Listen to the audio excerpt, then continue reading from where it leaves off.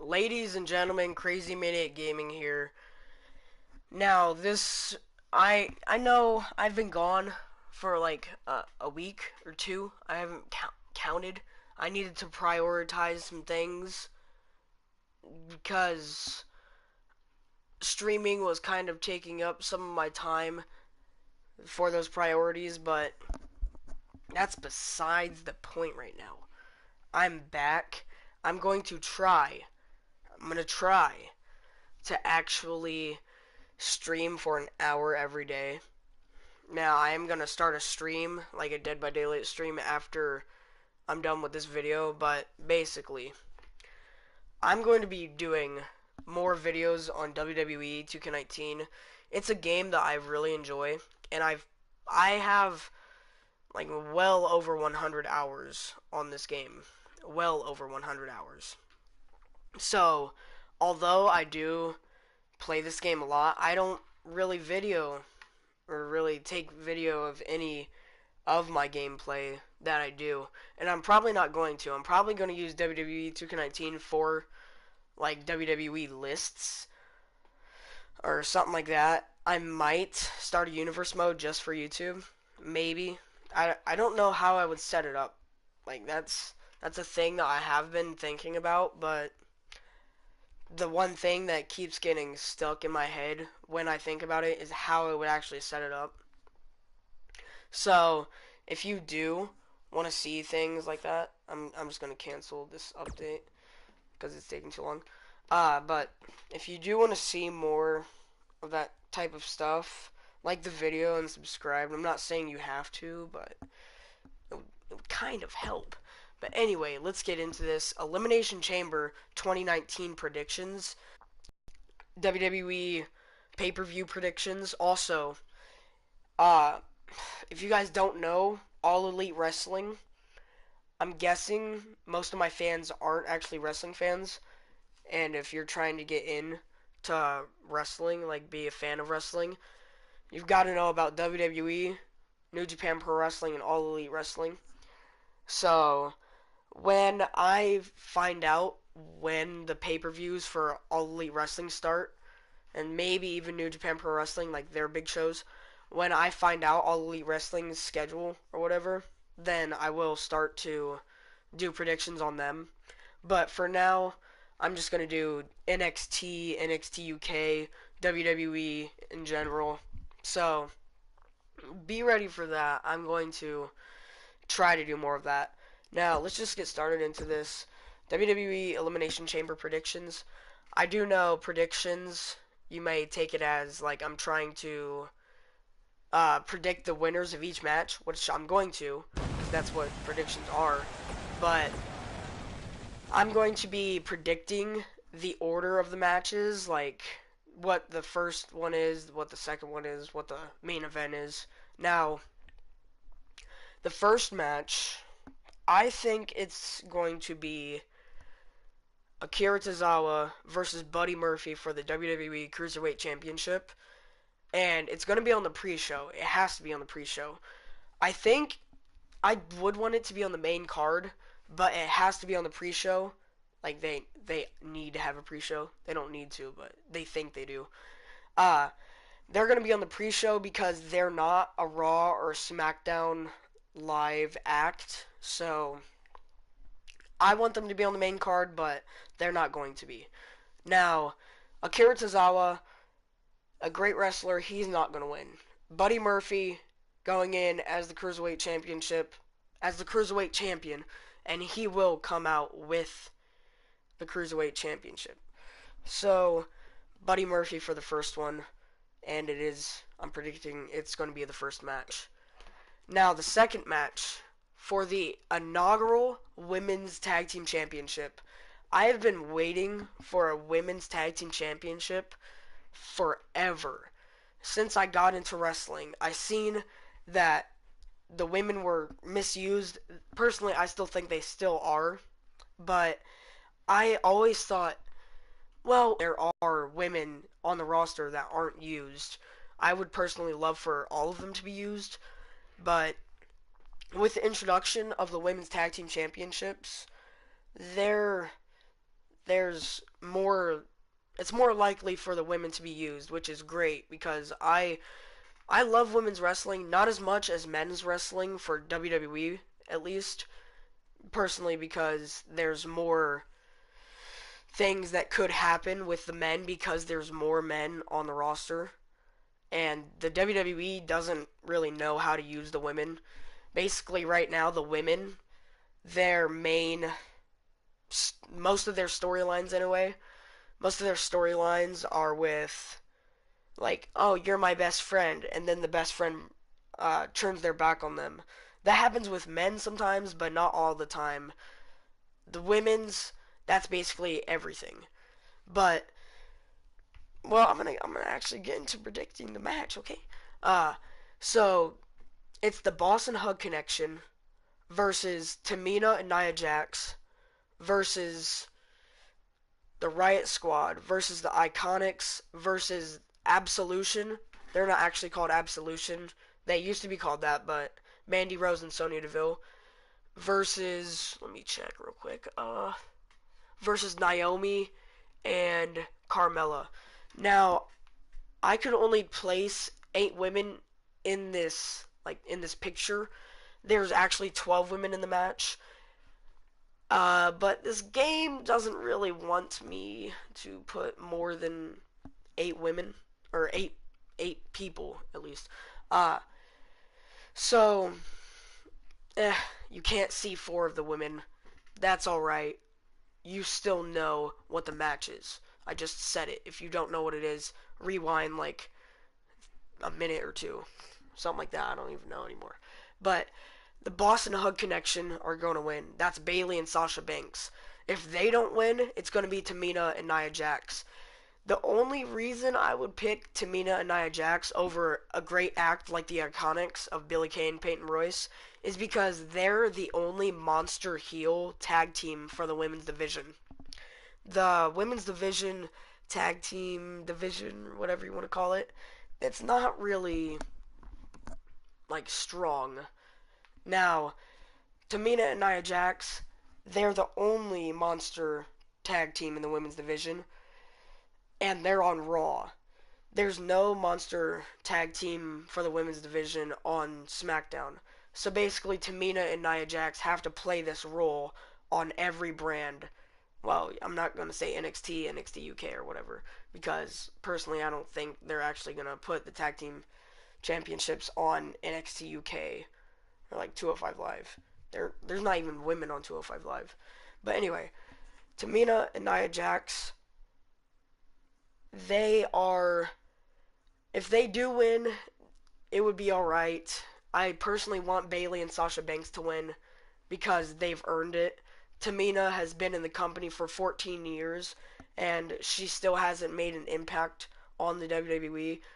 So I don't think she's earned it. Nia Jax, she injures too many people. I personally think that there's going to be somebody injured at the hands of Nia Jax in this match. I hope not, but I think there's going to be just because she's a potato in the ring. So I would understand if Tamina and Nia Jax wins because they're the only monster heel tag team for the women's division, like I've said about 4,000 times. Uh, but Bayley and Sasha Banks, I feel they have earned it way more. Now the next match is for the SmackDown Live Tag Team Championships or Championship. It is Shane McMahon and The Miz versus Jay and Jimmy Uso of the Usos. Now, I personally think The Miz and Shane McMahon are going to win. I want the Usos to win because the Usos are actually a tag team. The Usos, well, actually, The Miz and Shane McMahon are a tag team. They are not a tag team that I think have earned the tag titles yet. They could do some work with The Miz and Shane McMahon, but I don't think that they are. Uh, I don't think they've earned it yet. But The Miz should be in the main event. Shane McMahon is too old to be in wrestling. Why is he still here? I don't want the Usos to lose to them, but I understand if they do. The Usos, if they do lose, they're gonna look weak. I think. I think they are. But I don't think they're going to win. I don't think the Usos are going to win. I want them to win, but they're not going to. Now, the fourth match is a no disqualification match. Baron Corbin versus Braun Strowman. You would think Braun Strowman would win. I want Braun Strowman to win. It's a no disqualifications match. I don't know what the stipulations are. I don't watch Raw or SmackDown because I don't like the shows. But I do watch the pay-per-views because the pay-per-views are actually filled with action. But I want Braun Strowman to win because he's good. Disqualifications match. So Drew McIntyre's gonna interfere in this match. Baron Corbin's gonna get the win. Braun Strowman, Drew McIntyre, WrestleMania. Set it up, Vince. Okay, this. Oh, this is bad. Bobby Lashley is the Intercontinental Championship. Ugh! I need to stop calling people the Intercontinental Championship or the Championship. They're the champion, not the championship. But Bobby Lashley is the Intercontinental Champion. Lio Rush is Bobby Lashley's manager. So WWE got this bright idea. Bobby Lashley and Lio Rush in a handicap match. Finn Balor gets his opportunity at the Intercontinental Championship. Just a month ago at the Royal Rumble, he fought Brock Lesnar for the Universal Championship. And now he's facing the Intercontinental Champion. Whatever. I don't care anymore.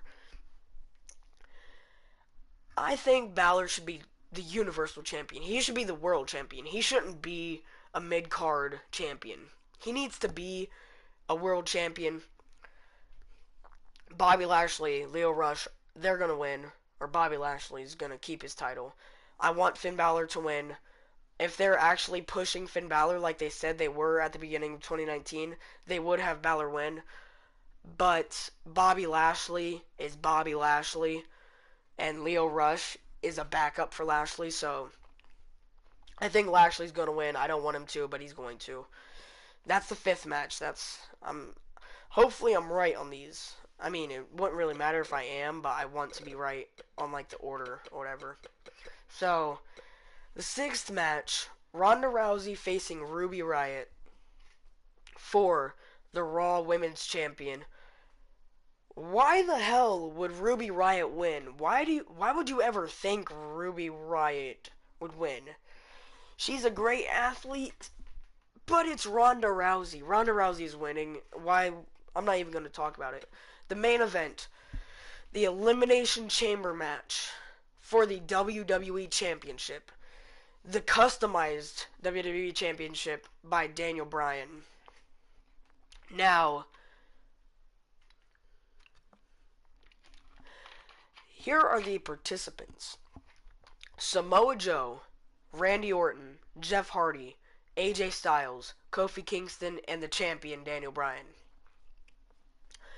Kofi Kingston replaced Mustafa Ali.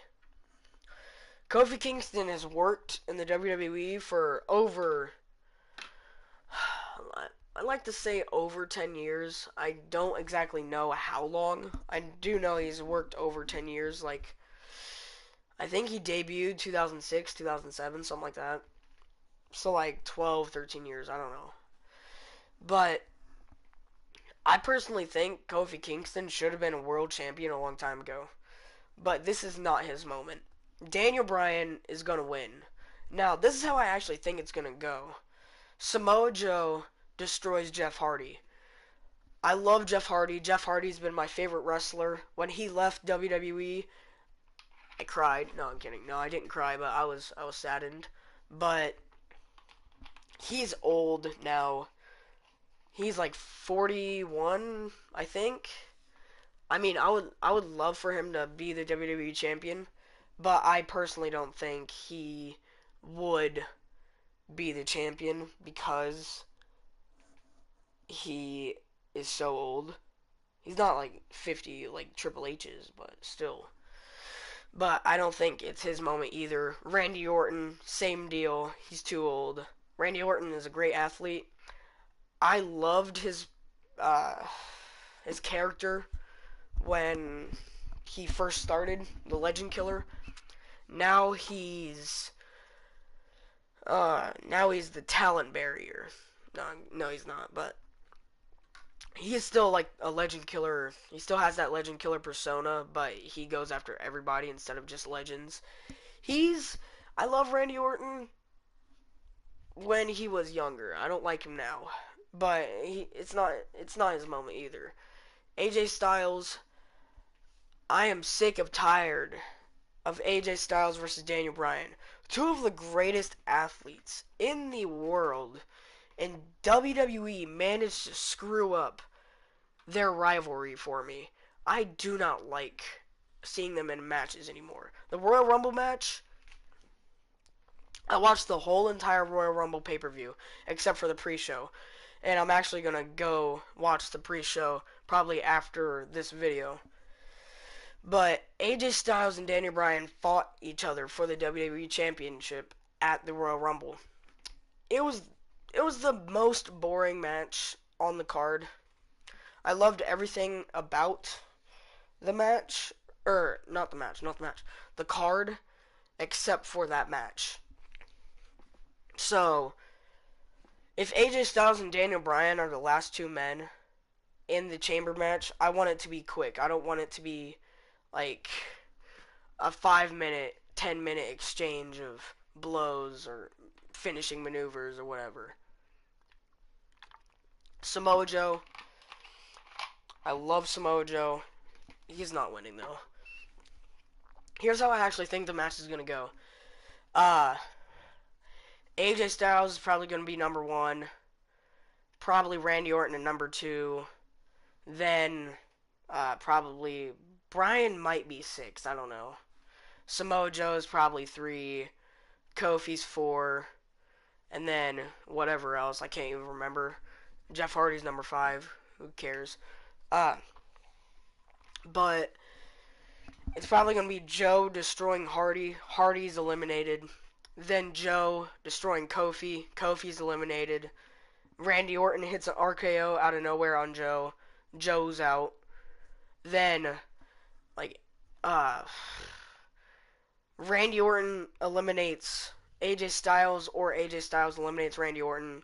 Then either Eric Rowan or Luke Harper gets involved somehow, make them look strong and they tear off the door or something. Or they come out from under the ring like Shawn Michaels did against Undertaker. But I think there's going to be an interference between... But they're recreating a Wyatt family with Daniel Bryan, Luke Harper, and Eric Rowan. So I do think they're going to get involved, and they're either going to screw over Randy Orton or AJ Styles, whoever is the last one left with Daniel Bryan. Daniel Bryan's retaining. I will see you guys in the next video. Hopefully you enjoyed the video. If you did, like it, please. And if you enjoy my content, subscribe. Talk to you guys later. Peace.